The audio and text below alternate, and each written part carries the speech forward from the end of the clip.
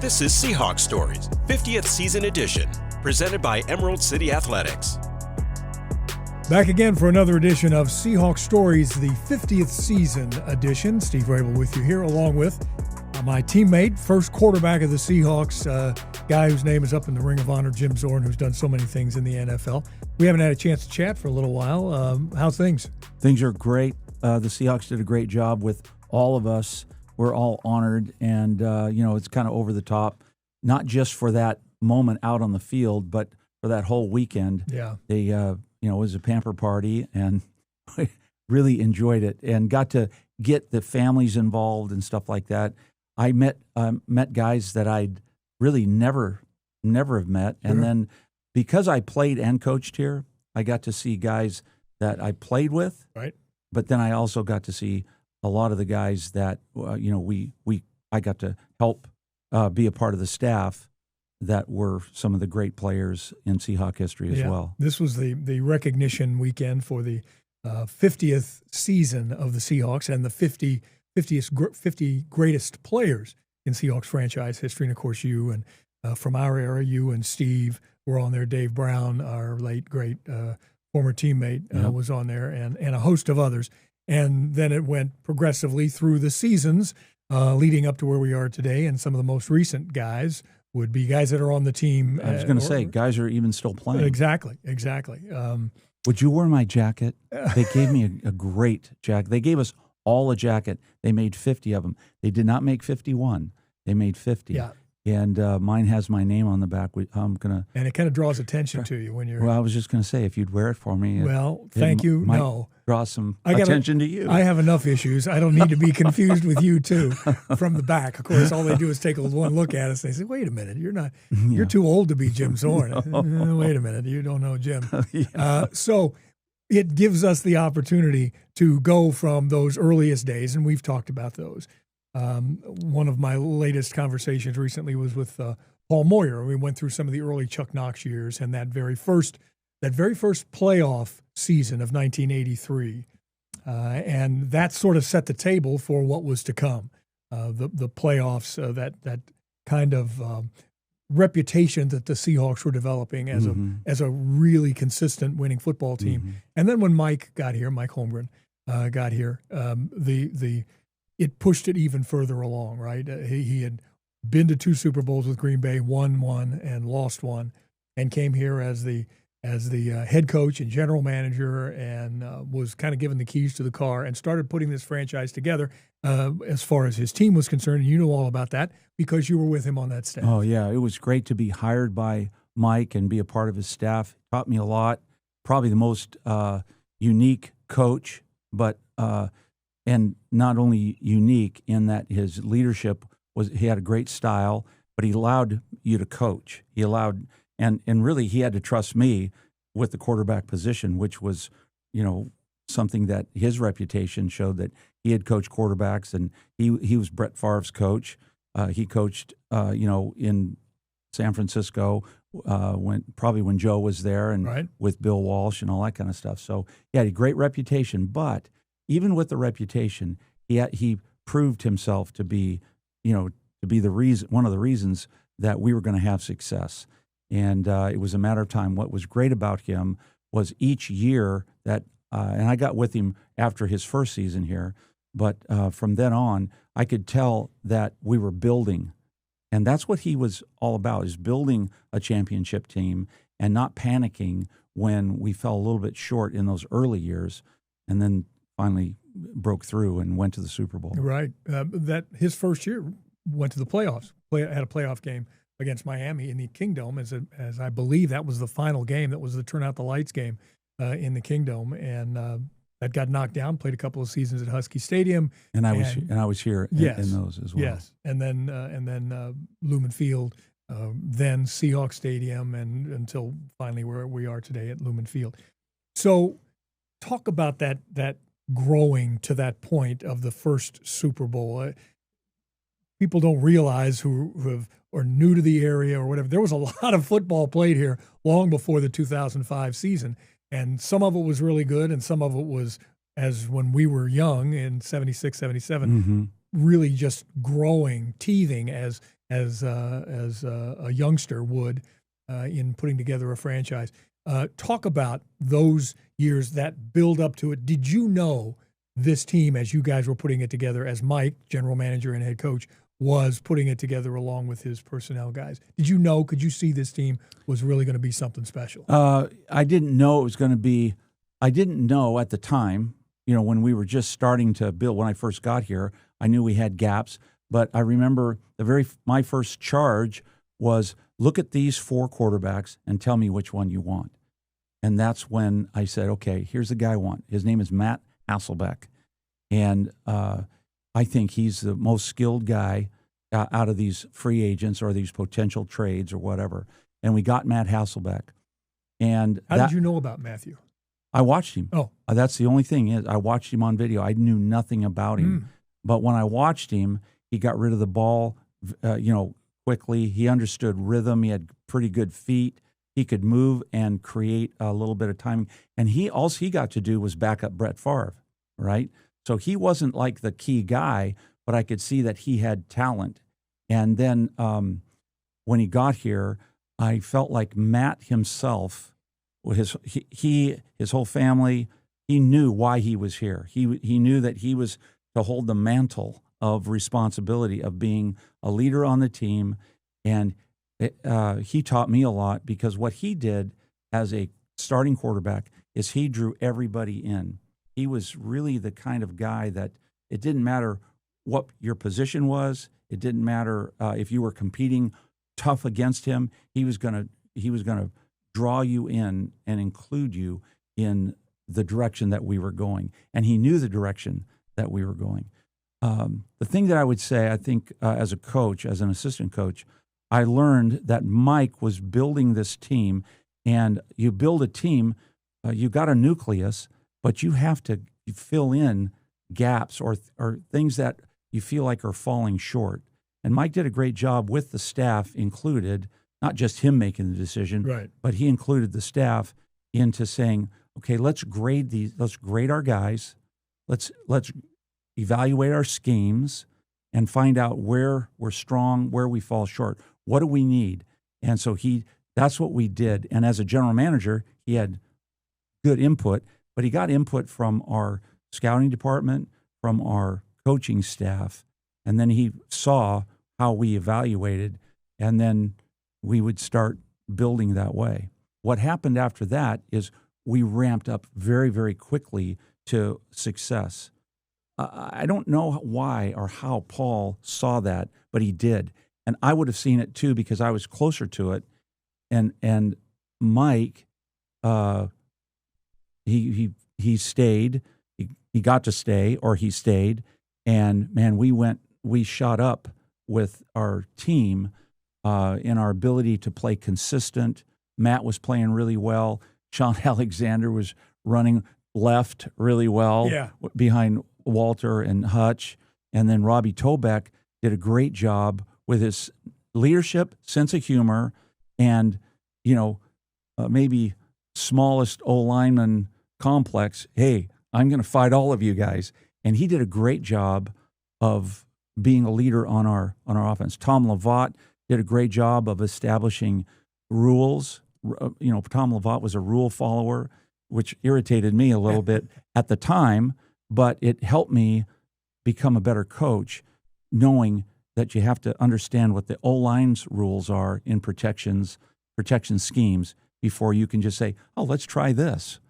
You can't. You gotta develop the whole thing. So we did all that. Sorry I took so long with the answer, but those are the things that built, and we finally made it to the Super Bowl. And then after that, there were still some, a little bit of butting heads between Mike and the general manager who was hired there toward the end, and eventually the general manager won out that one, and Mike left, and that experiment lasted one season with the general manager and Jim Mora, and then that ushered in the newest, and that was Pete and John. And that year was tough on even Jim Mora, because he is already on the staff as a DB coach, and knowing that things were going to change after that. I had left right before all that happened, but I saw it happen that year, And that was tough on both those guys. Yeah, it's interesting when you start to hear some of what happened around a football team, because if you're just on the outside, if you're a fan, or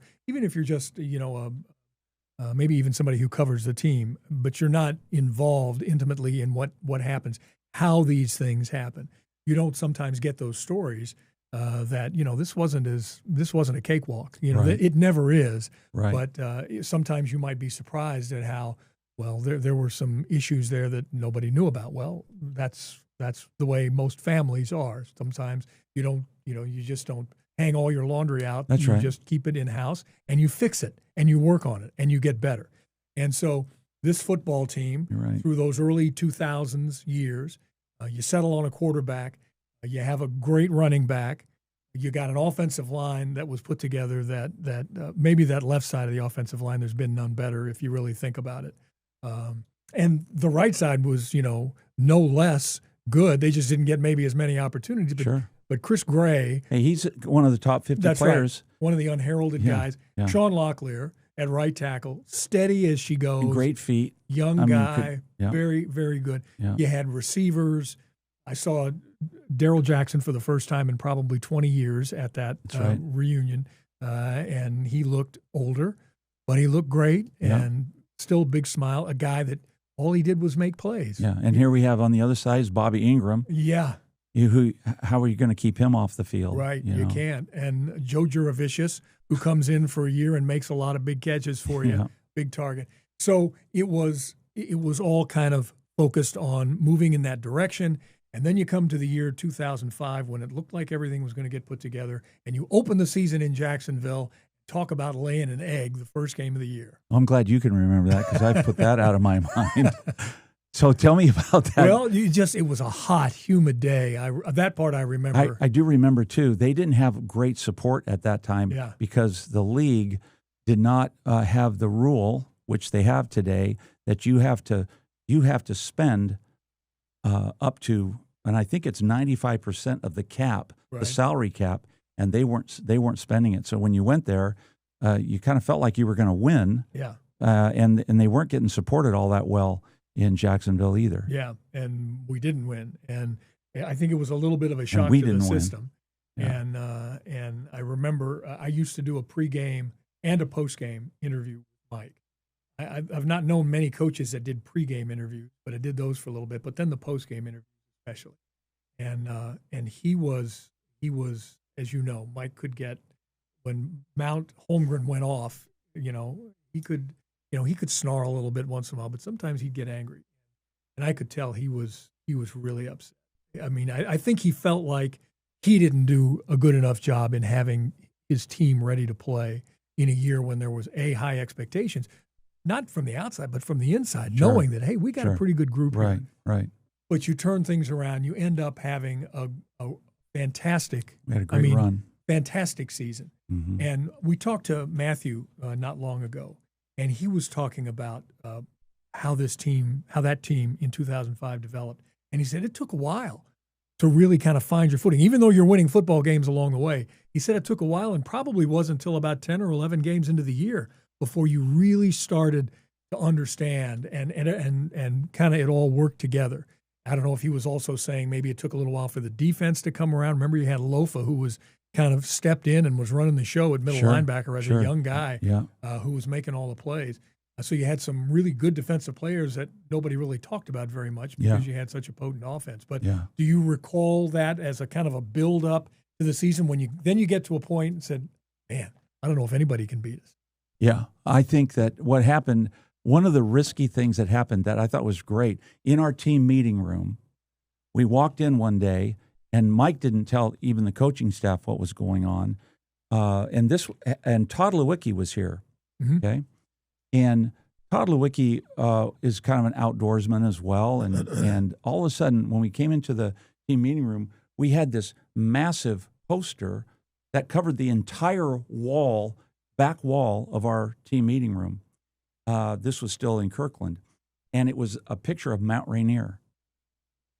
And he had a guy who had climbed, who was part of Rainier Mountaineering, and he spoke to the team.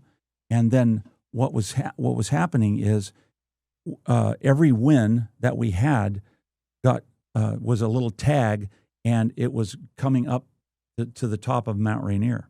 That was our goal, right? And every time we won, every single guy on the team got a little carabiner, okay? And you started clipping these carabiners together. And I remember still having it up in my office, just hanging there, game after game after game. But that's kind of a risk, too, because you could not win anything. Yeah. So I think Mike knew that we were, that we did have a team, and he took a risk of doing something out of the ordinary. I think even today you see Coach McDonald doing things around the facility that are different than what has been here before. Pete did the same thing.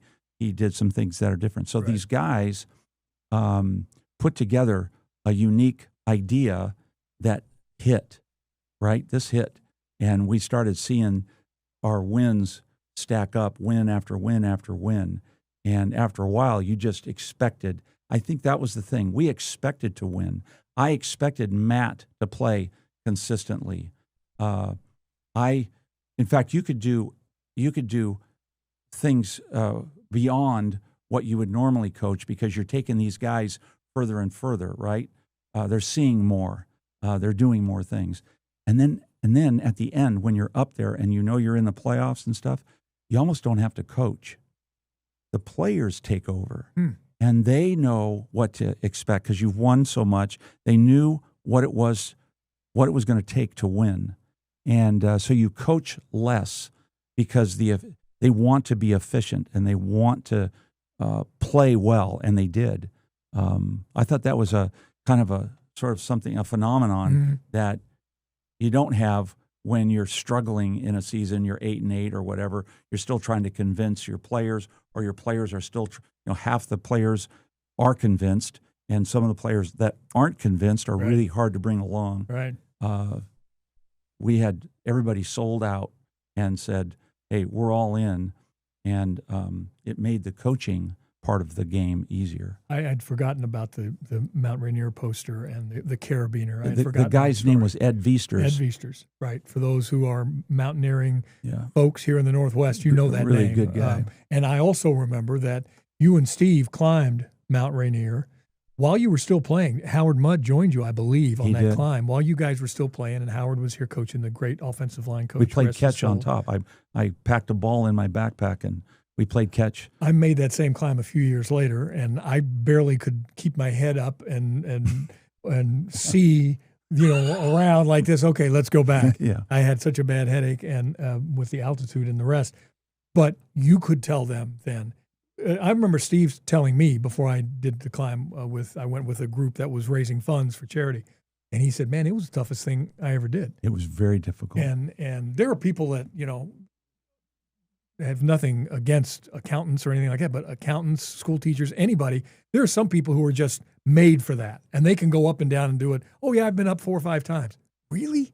Because it was one of the toughest things I ever did. At that time, Ed Viesters told everybody he had summited Mount Rainier 189 times. Goodness.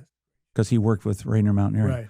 189 times? Wow. Yeah, and you think you did it just once. And That's right. Yeah. But at least if anybody asked you in that locker room, how tough can it be, Coach? Listen, I was there, I know. And it is tough. And you really have to, it's that old, I forgot what they call it, something step. It's pressure breathing, yeah. You pressure breathe and you lock your leg and you're one step at a time. That's right. To get up there. You pause. It's kind of like a pause step, right? Yeah. And so for those guys to understand the difficulty of getting to where you wanted to go.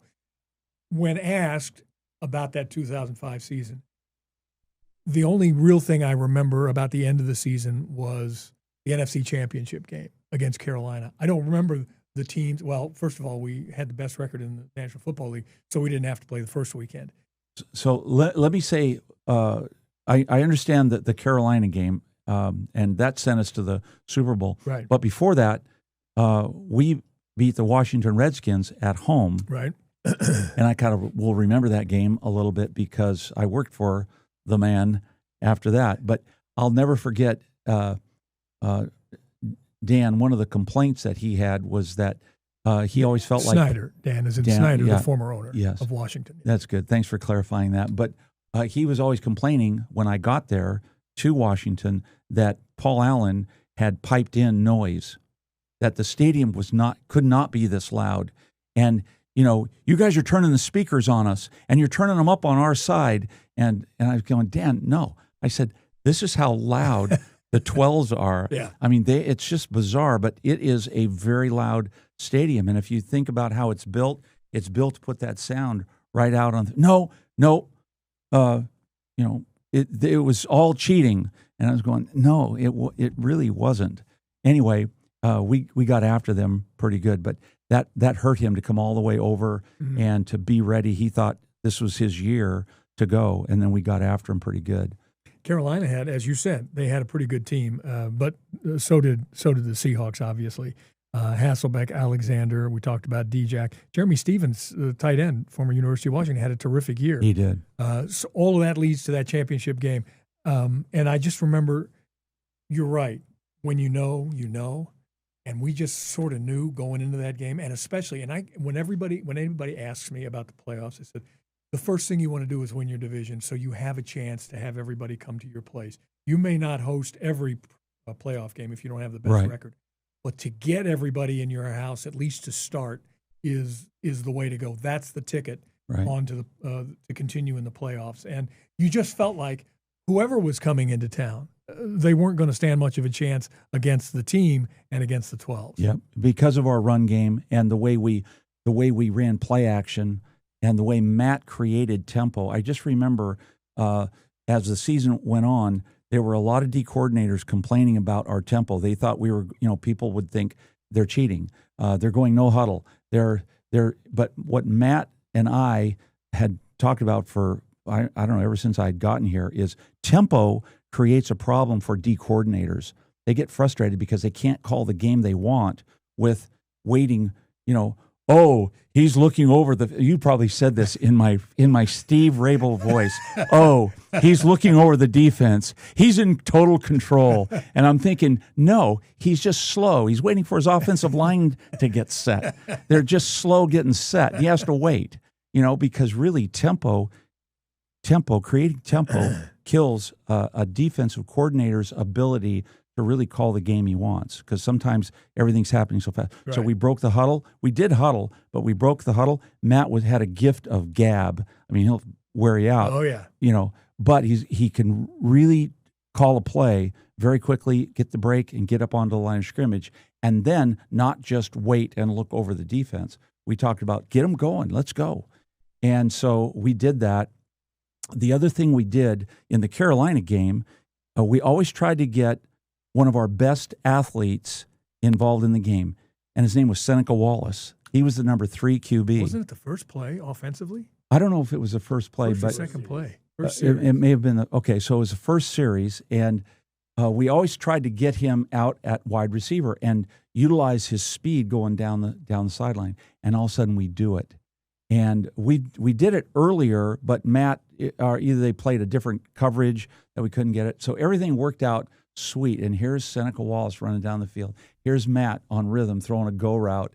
And then Seneca making a great play on the sideline, a great catch on the sideline, and a big first down. That was huge because most of the time you're not going to do that with a number 3 QB. Right?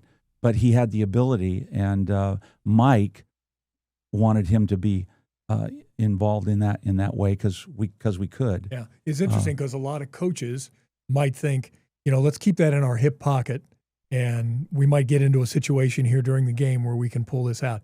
But to do it that early in the game and to put the defense kind of on their heels, okay, what else do they have in their bag of tricks? What else? Is he going to throw a pass later on in the game on a on a reverse or a reverse pass or something like that? Exactly, something else for the defensive coordinator as well as the guys out on the field to maybe have to cogitate on, as we used to say in the South.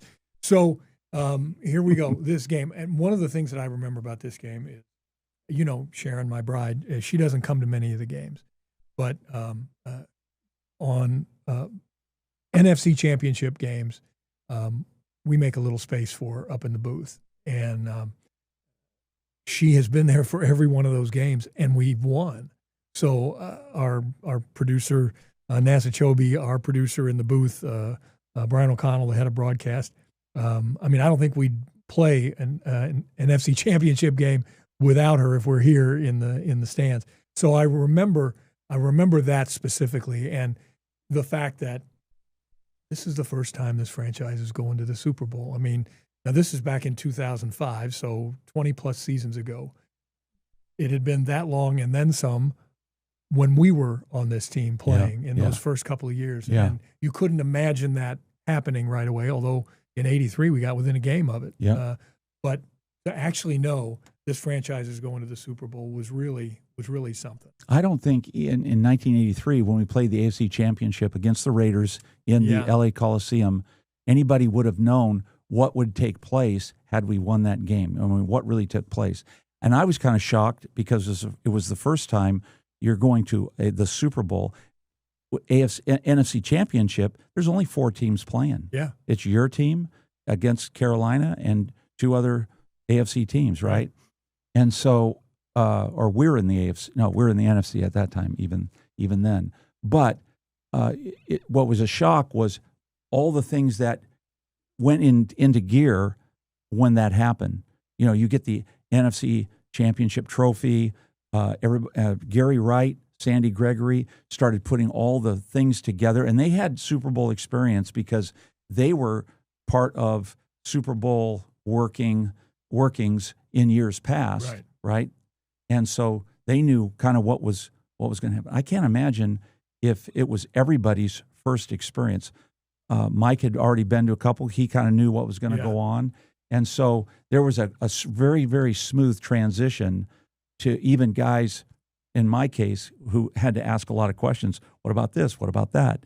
And they made it smooth so that our team could get ready for that game. Because that's you get 2 weeks to get ready for that game, or I should say a week of by yourself, and then a week at the at the facility. Think about what that meant to Paul. He had bought the team to save it, to keep it in Seattle after the kind of opportunity taken by the former ownership to maybe move it, and it did for a few weeks to California, and they were forced to come back and eventually sold to Paul. But he made that deal with the community. I'll pay for half the team. I'll buy the team. I will pay for like up to half of the new stadium. But we need a new stadium because the tiles are falling out of the ceiling at the Kingdome. And we need this to be done. And I'm going to make this pact with you. I will come join you on this. And just a few years later, he's holding up the NFC Championship trophy down on the field. And I got to think that was just, even though his first love was really basketball, but I got to believe that, he put these guys in place to do what they did. He was a guy who was used to being, to succeeding, as he had with Microsoft and so many other things. And here he is holding up that trophy. That had to be just an amazing moment for him, and to be standing next to the guy that was his handpicked choice to be the head coach. I agree with you. And, we were talking about climbing Mount Rainier and how hard it was. Yep. That's really how hard it is to win any kind of championship, probably in any pro sport. But at the football level, all 11 guys have to be, that are on the field at that one time, and then the 11 guys that come in when you have to punt, but even that group of 11, and then the 11 defenders, everybody has to kind of take ownership in what they're doing, and you're playing for the guys next to you and stuff. And then the 12s, they are feeling a part of it as well. I mean, you think about all the things that are going on. Really hard. It's so hard to win when you get down to that last 8, last 4, and then the Super Bowl. Any doubt in your mind going back to Detroit to face Pittsburgh that we weren't the better team? I didn't know if we were the better team, but I knew that we were going there to win the Super Bowl, and our preparation was, very, very calculated, very smooth, and I think our guys believed that they could win. But both teams, the thing that really bugged me about that game was when we got there, they had all those towels, those yellow towels. And I thought, okay, you snuck this one in on us, But, you don't win with the towels. No. You win on the field. And we performed well enough to win, I believe, on the field. And we ended up not winning. And I'll never forget, we did get, when you lose the Super Bowl, you did win the NFC Championship. Right. So I have an NFC Championship ring, which I think is really a symbol for, I think all players kind of feel the same way. It's a symbol for how hard you worked during the season. It's what you save or what you covet really for the work that's been put in. And I didn't get to do the physical work that the players did. But it was it's kind of exhausting. Sure. But I look at that ring, I call it the loser's ring, Well, it's a reminder. Yes. And I had a sports psychologist go, don't call it a loser's ring. What are you doing? Call it a learner's ring. And I was going, oh, okay, great. But, that is a frustration because it wasn't the Super Bowl ring that you went there to get. Yeah. It was an achievement, but not quite what they did later in years. Right. I remember the disappointment in that game in Pittsburgh, and it did seem like a home game for the Steelers with all the towels.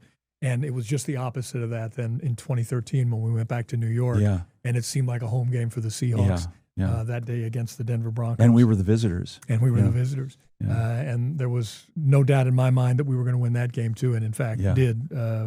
Like from the first safety right on, it was pretty much written in the stars. Yeah. Z, it's great to always look back on these moments, these Seahawks stories. I appreciate it. Hope you folks enjoyed as well. We'll continue to talk about all of this in the 50 seasons of the Seahawks. For Jim, I'm Steve. We'll see you next time.